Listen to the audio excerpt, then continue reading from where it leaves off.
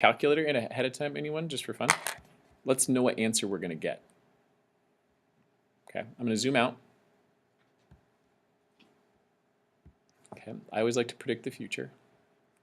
Do you remember on your calculator, if you go second trace, you get this little integral number 7 option? You want to use that. It says lower limit, 3/2, 1.5 if you choose. Entree, s'il vous plaît. Upper limit, 9/4. I don't actually know what that is. Just kidding. I do 2.25. But you can also just divide 9 by 4. And there it is. There's your picture. Shades it. And it says 0.52359878, my favorite number. Now, we're going to confirm this.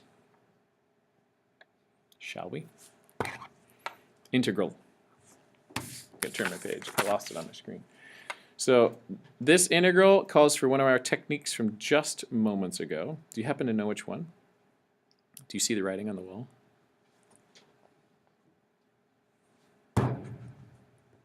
No?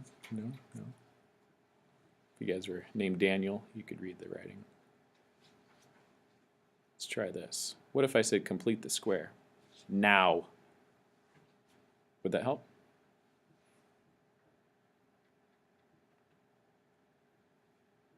I think that scared Luke. Sorry, Luke.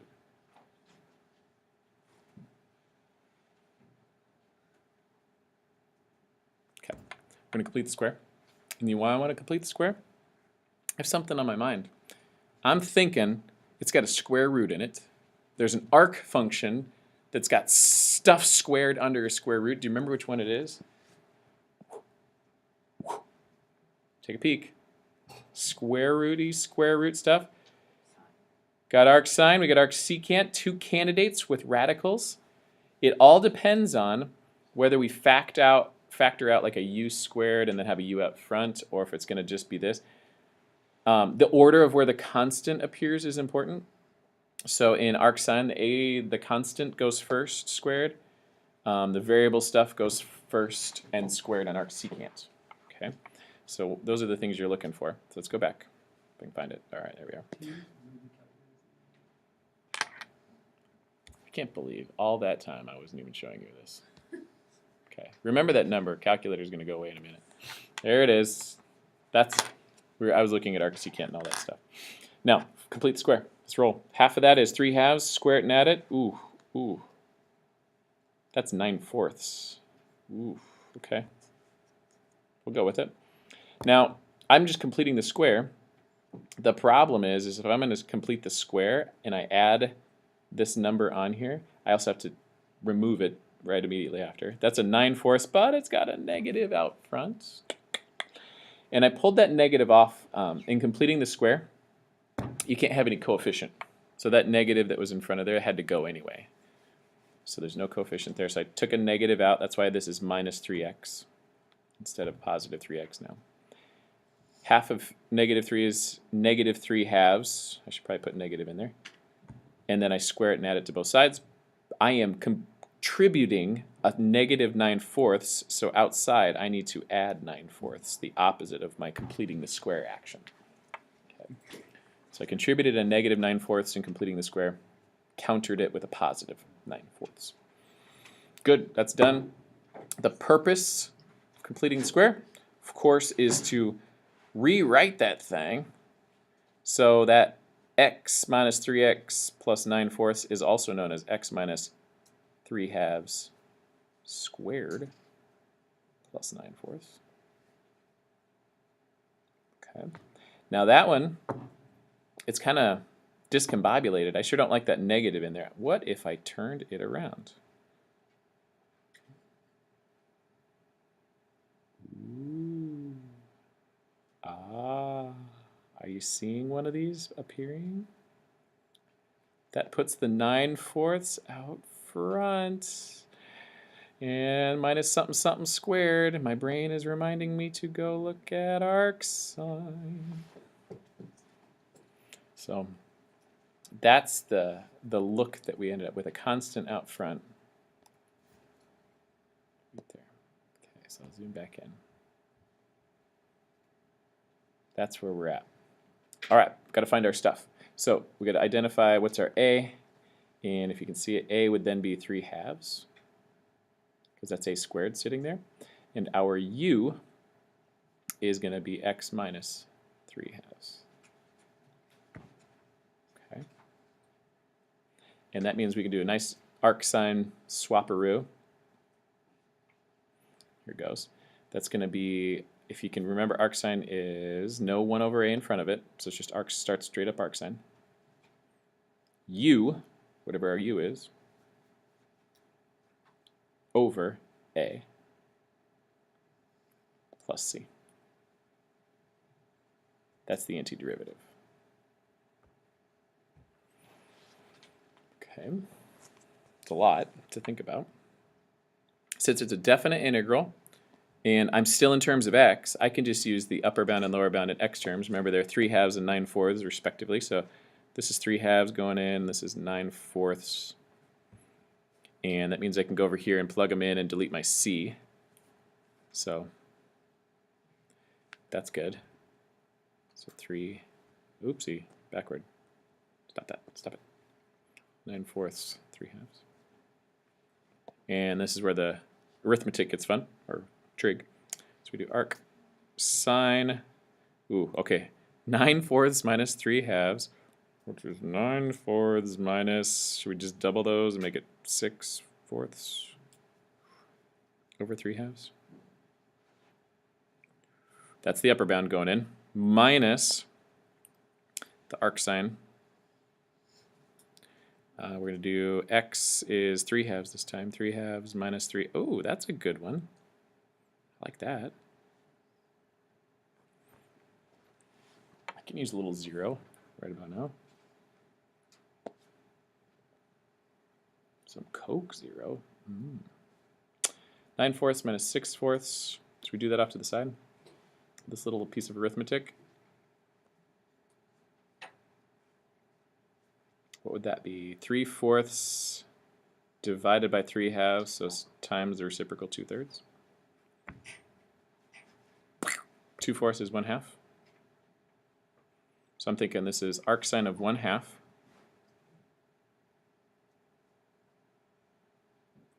minus arc sine of 0. Oh, come on, fit. Fit, fit, fit. It's a 0.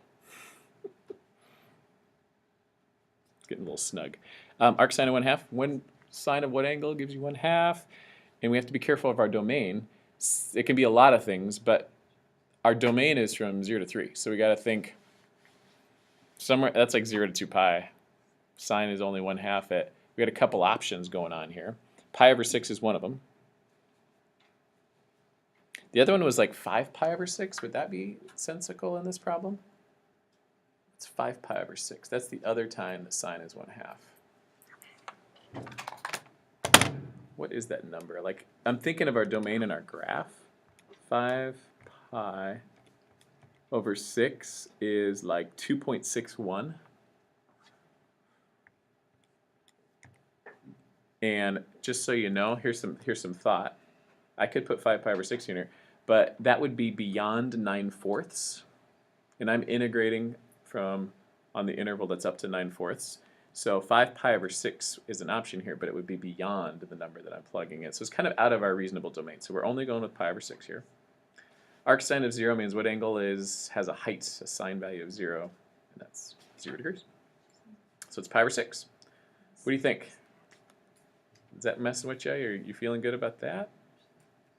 Feeling a little willy wonky weird? What's pi over 6? It's an interesting number.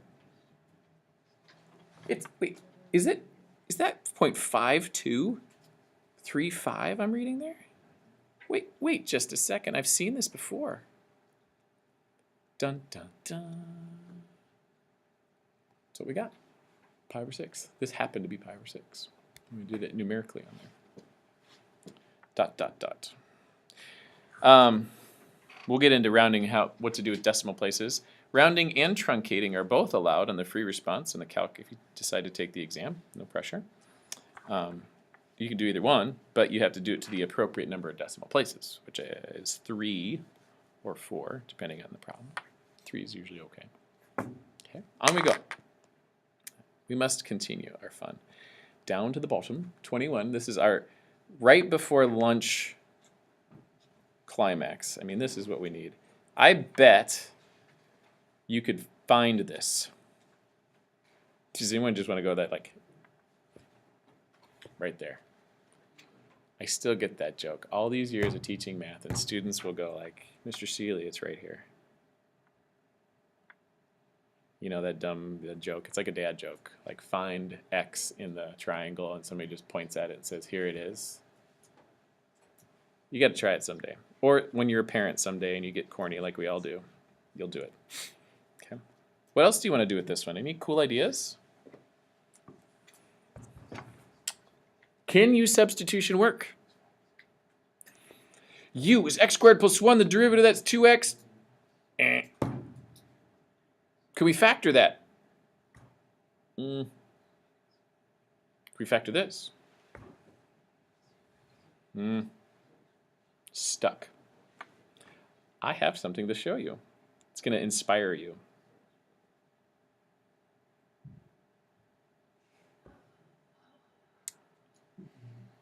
Oh yeah, that's right. That is exactly what you thought. We're doing long division. Here's the deal. There's a rule to this. If the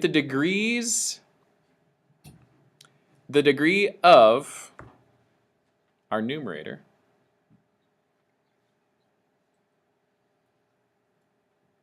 is greater than or equal to the denominator,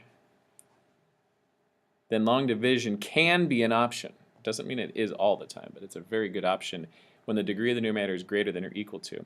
We've been dealing with situations where the degree of the numerator is definitely less than, and U substitution has been great, most of those cases, or other techniques.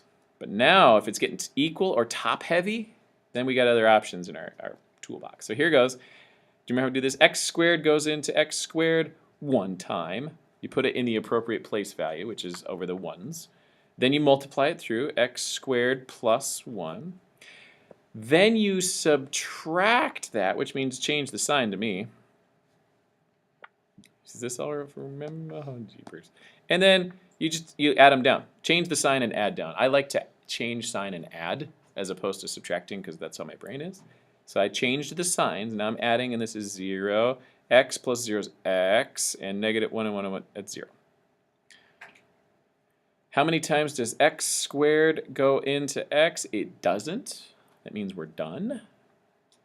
The solution is, or the rewriting of this, is dividing those resulted in 1 plus a remainder of x over a divisor x squared plus 1. Let me identify key components here.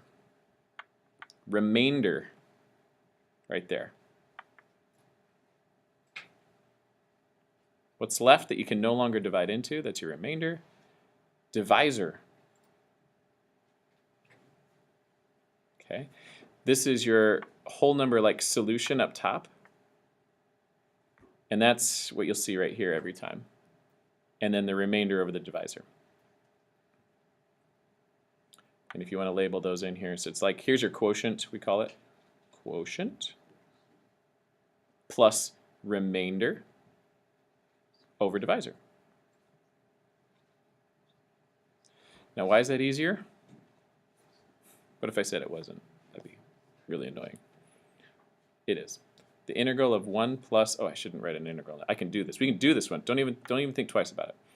The integral of 1 is just x plus, this is classic U sub. The derivative of that is 2x. But I don't see a 2x up top there, so there must be a mysterious 1/2 correction. So this ends up being a 1 over u scenario, ln of absolute value of x squared plus 1 plus c. Done. Right at the lunch bell. We'll revisit that right when we get back, but don't say that. Oh no. Yeah, we'll come back after lunch.